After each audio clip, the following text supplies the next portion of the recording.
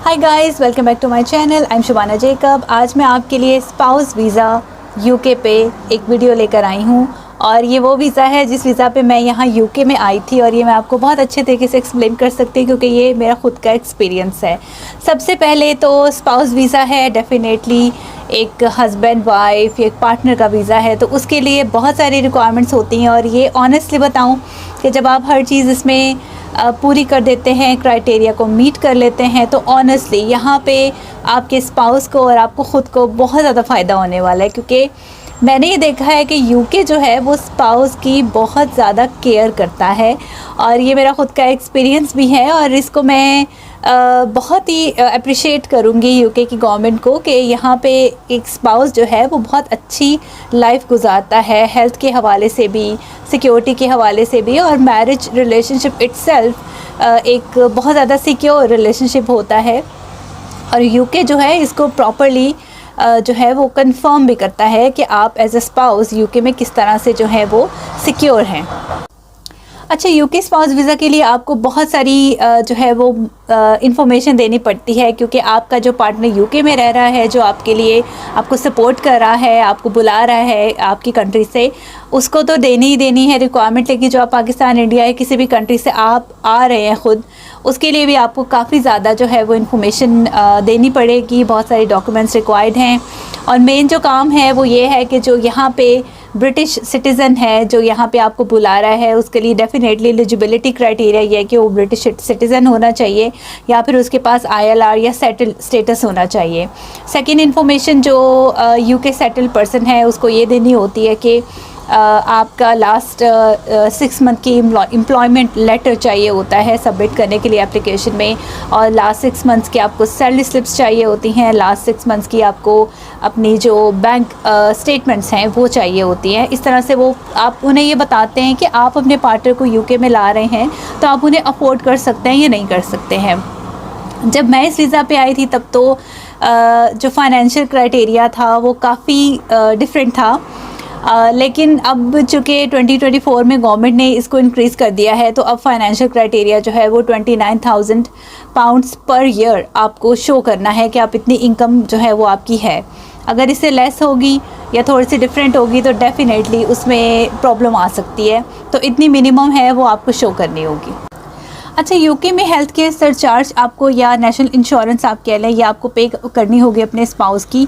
इसके अलावा आपको अपना रेजिडेंशियल यहाँ पे शो करना होगा कि अगर आप अपने हस्बैंड या वाइफ को यहाँ पे बुला रहे हैं तो आप उन्हें कहाँ रखेंगे, उनका रेजिडेंसी कहाँ पे होगी। अगर आपका अपना घर है यहाँ पे या आप अपनी फैमिली के साथ रहते हैं या आप रेंट पे रहते हैं तो उसके अकॉर्डिंगली आपको शो करना होगा। अगर आप रेंट पे रहते हैं तो टेनेंसी एक लेटर होता है, वो बेसिकली आपको प्रोवाइड करना होता है। उसमें आपका जो ओनर है घर का वो सिग्नेचर करता है या वो कंफर्म करता है कि आप जो है अपने स्पाउस को यहाँ पे बुला रहे हैं, वो परमिशन देता है कि आप उन्हें यहाँ पे रख सकते हैं।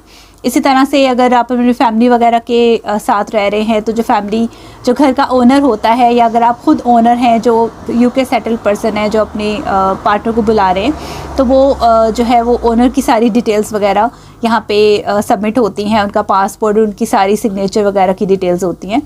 इसके अलावा जो पाकिस्तान में या इंडिया में, क्योंकि मैं पाकिस्तान से हूँ तो पाकिस्तान से मैंने क्या क्या चीज़ें प्रिपेयर की हैं वो भी मैं आपको बताती चलूँ। अच्छा, जो आपको अपनी कंट्री से डॉक्यूमेंटेशन तैयार करनी है वो सबसे पहले तो ये है कि जो आपकी शादी है वो रजिस्टर होनी चाहिए आपके यूनियन काउंसिल में, राइट। मैं क्योंकि पाकिस्तान से थी तो पाकिस्तान से मैंने फ़र्स्ट ऑफ़ ऑल तो अपना मैरिड वाला आपको ID कार्ड बनवाना है नादरा से। उसके बाद आपको अपनी शादी को रजिस्टर करना है नादरा में, और यूनियन काउंसिल से आपको MRC बनवाना है, और FRC भी आपको फिर नादरा से बनवाना है क्योंकि वो सर्टिफिकेट होता है फैमिली रजिस्ट्रेशन सर्टिफिकेट, जिसमें आपको ये शो करते हैं कि आप अपने हस्बैंड की फैमिली को ज्वाइन कर लिए है। इसके अलावा आपको फिर अपना मैरिड वाला पासपोर्ट बनवाना है, और डेफिनेटली ID कार्ड में नाम चेंज हुआ है, मैरिड है स्टेटस, तो पासपोर्ट में भी मैरिड ही होगा। ये 4 डॉक्यूमेंट्स आपको बहुत ज़्यादा इम्पॉर्टेंट है, सबसे पहले आपने बनवाने हैं। उसके बाद आपको TB टेस्ट जो है वो उसका सर्टिफिकेट देना होगा, वो डेफिनेटली नेगेटिव में होना चाहिए। इसके अलावा आपको IELTS करना होगा। 2 ऑप्शंस हैं, या तो आप IELTS कर लें वो लाइफ स्किल A1 टेस्ट होता है, वो बहुत बेसिक होता है लिसनिंग एंड स्पीकिंग, और स्पाउस वीज़ा में वही चाहिए होता है। तो उसके लिए डरने की ज़रूरत नहीं है, आप सिंपल उसको ब्रिटिश काउंसिल से आप करें, क्योंकि मैंने ब्रिटिश काउंसिल से किया था और वही यहाँ पे जो है वो माना जाता है UK गवर्नमेंट के लिए। तो इसके अलावा आपने जो है सेकंड ऑप्शन है कि आप अपने जो डॉक्यूमेंट्स हैं उनको भी आप वेरीफाई करवा सकते हैं नारिक से, लेकिन मैंने वो ऑप्शन नहीं ली थी क्योंकि मुझे सूटेबल ज़्यादा ये लगा था कि मैं आइल्स कर लूँ, और वो इजी भी था, और उसके लिए एक कंफर्म्ड इंग्लिश का जो है वो स्टेटस भी था कि मुझे इंग्लिश आती है, क्योंकि आपको डेफिनेटली इंग्लिश तो आती है अब हर एक को वहाँ पे, लेकिन बस आपने सर्टिफिकेट में शो करना होता है कि आपको इंग्लिश आती है। इस वजह से आप आइल्स से अपनी डिग्रीज़ को वेरीफाई करवाते हैं। इसके अलावा वहाँ पे जो है मैंने बहुत सारी और भी चीज़ें की थी। वो ये थी कि आपको अपना प्रूफ ऑफ रिलेशनशिप देना होगा, जिसके लिए आपको अपने लास्ट 6 मंथ्स की, आपको अपने हस्बैंड वाइफ की जो है वो व्हाट्सएप चैट देनी होगी। वो आपका रिलेशनशिप का अंदाज़ा लगाते हैं कि आपका कैसा रिलेशनशिप है, कम्युनिकेशन है या नहीं है, और कैसी कम्युनिकेशन है। इसके अलावा प्रूफ ऑफ रिलेशनशिप में आपको अपनी शादी की फ़ोटोज़, अपने फैमिली के साथ फ़ोटोज़, इस तरह से आपको कुछ फ़ोटोज़ अपनी शेयर करनी होती हैं, ताकि उनको कंफर्म हो सके कि आप ही जो है वो एक कंफर्म पार्टनर हैं, और अपनी फैमिली के साथ, अपने पार्टनर के साथ आप UK में बहुत अरसा तक या परमानेंटली रहने वाले हैं। तो इस तरह उन्हें पता होता है कि ये कोई फेक रिलेशनशिप नहीं है, या यहाँ पे आके प्रॉब्लम तो नहीं होगी। तो वो इस चीज़ को डेफ़िनेटली, अगर आप अपने अच्छे एलिजिबल रिलेशनशिप में, एक कंफर्म रिलेशनशिप में आए हैं, तो डेफ़िनेटली ये चीज़ें आपके पास होंगी। उसके बाद आपने सारे डॉक्यूमेंट्स गैदर करने के बाद प्रिंट आउट करवा लेने हैं, और GOV वेबसाइट जो है उसका मैं आपको लिंक वगैरह शेयर कर दूँगी। वो आपने जो है वहाँ पे जाके ऑनलाइन फॉर्म सबमिट करना है, और वो फॉर्म बहुत ज़्यादा लंबा होता है। आपने उसमें बहुत सारी डिटेल्स देनी होती हैं, और हर चीज़ एक्यूरेटली देनी है, first name, middle name, last name. एक और चीज़ मैं आपको बता दूं कि मेरे पेरेंट्स की भी जो है वो ID कार्ड की फ़ोटोकॉपी उसमें लगी थी, जो मेरे पेरेंट्स हैं, और मेरा पुराना अनमैरिड वाला शनाख्ती कार्ड, नादरा वाला, और जो मेरा पासपोर्ट है अनमैरिड वाला, वो भी मेरे पास था, तो वो भी मैंने प्रोवाइड किया था। यानी इससे वो देखते हैं कि ये रिलेशनशिप जो है वो कैसे स्टार्ट हुआ, और मेरा प्रीवियस नेम क्या था। डेफिनेटली मैं एक वाइफ हूँ, तो मेरा ही सरनेम चेंज होना था।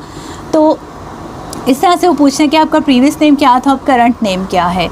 तो एप्लीकेशन फॉर्म जब आपने फ़िल करना है, बहुत केयरफुली फ़िल करना है, उसमें गलती के चांसेस हो सकते हैं आपके नेम्स में, डेट ऑफ बर्थ में, और बहुत सारी और छोटी छोटी चीज़ें वो पूछते हैं, एड्रेस वगैरह। तो आपने क्लियरली अच्छे तरीके से इनको मेंशन करना है। पासपोर्ट वाला नाम, ID कार्ड वाला नाम ही आपने उसमें मेंशन करना है, अपने हस्बैंड का भी, वाइफ का भी। सारी चीज़ें बिल्कुल एक्यूरेटली परफेक्ट होनी चाहिए। तो ये चीज़ें जब आप सबमिट करेंगे, उसके बाद वो आपको प्रोवाइड करेंगे VFS ग्लोबल के थ्रू। डेफिनेटली हमने अप्लाई किया था, तो VFS ग्लोबल में आपको वो बायोमेट्रिक डेट का पूछेंगे कि आपकी कौन सी, वो डेट्स बताएंगे कौन सी आपको सूटेबल हैं। तो आप अपनी कोई डेट सेलेक्ट कर लें, उसके बाद उस डेट पे जाके आपने बायोमेट्रिक्स करवानी होंगी। बायोमेट्रिक्स करवाने के लिए आपने अपने, जब VFS ग्लोबल में आप जाएंगे उनके ऑफिस में, तो आपने अपने ओरिजिनल जो भी डॉक्यूमेंटेशन आपने सबमिट किए हैं उसके ओरिजिनल्स आपने ज़रूर लेके जाने हैं। वहाँ पे भी वो ऑप्शन देते हैं कि अगर आपने ख़ुद से सबमिट किए हैं तो दैट्स फ़ाइन, अगर आपने वहाँ पे सबमिट करवाने हैं तो वो कुछ पेमेंट वगैरह लेते हैं, तो वो वहाँ पे सबमिट कर सकते हैं। बेसिकली वो उन लोगों के लिए होता है जो बुज़ुर्ग होते हैं या जो नहीं कर सकते ख़ुद से। तो अगर आप खुद से कर सकते हैं तो डेफ़िनेटली आप उसको खुद से करें, और वहाँ बस वो ओरिजिनल्स देखते हैं आपके, और वो वहाँ पे आपके बायोमेट्रिक्स लेते हैं, एक पिक्चर लेते हैं, और दैट्स इट, वो आपका प्रोसेस कंप्लीट हो जाता है। उसके बाद बस आपने वीज़ा का वेट करना है, और आपकी सारी चीज़ें बिल्कुल ठीक हैं, कोई भी चीज़ फेक नहीं है, ओरिजिनल्स हैं, सब कुछ है, तो आपका वीज़ा बहुत जल्दी लग जाता है। क्योंकि मेरा वीज़ा जो है वो तकरीबन 1 महीने के अंदर अंदर ही आ गया था, और मुझे बिल्कुल भी उम्मीद नहीं थी कि इतनी जल्दी ये सारा काम हो जाएगा, और without any solicitor, without any urgent fee मैंने अपना वीज़ा जो है वो ख़ुद अप्लाई किया था। और कोशिश करें कि ख़ुद से हर चीज़ देखें, किसी के कहने सुनने में ना करें। gov.uk वेबसाइट जो है वो मेन और परफेक्ट एक सोर्स है जहाँ से आप अपनी सारी इन्फॉर्मेशन ले सकते हैं। तो ये चीज़ें आपने ख़ुद अप्लाई करनी हैं। और इसके अलावा जो हमारा बेसिकली मेरे हस्बैंड ने यहाँ पे जो है वो ऑल टुगेदर वीज़ा फ़ी, इसके अलावा नेशनल इंश्योरेंस और जो उनकी सारी क्राइटेरिया है, जो फ़ी वगैरह है, वो सारा करके तकरीबन जो है वो 4000 पाउंड के करीब लग गया था। और टिकट वगैरह डेफिनेटली वो बाद में होती है, वो भी उसका भी एक ख़र्चा होता है। तो ये चीज़ें बेसिकली इस तरह से आप जो है वो इसको अप्लाई कर सकते हैं। ओके गाइस, जो सारी फ़ीस वगैरह है या जो आपने पे करना है नेशनल इंश्योरेंस वगैरह, उसकी सारी डिटेल मैं अभी स्क्रीन में थोड़ी देर में शो कर दूँगी, वो आप चेक कर लीजिएगा। इसके अलावा मैं जो इंपॉर्टेंट लिंक्स हैं वो डिस्क्रिप्शन बॉक्स में भी शेयर कर दूँगी। सो गाइस, ये थी मेरी छोटी सी अपडेट। आई होप कि आपको ये पसंद आई होगी और इसमें आपको नॉलेज मिला होगा। और इसके अलावा मैंने एक और वीडियो बनाई है, मैं उसको ऊपर लिंक में शेयर कर दूंगी, जो कि स्पाउस वीज़ा रिजेक्शन रीजंस है और उसको कैसे आप ओवरकम कर सकते हैं, ये भी आप ज़रूर देखिएगा। Thank you so much for watching my video. Take care, bye bye.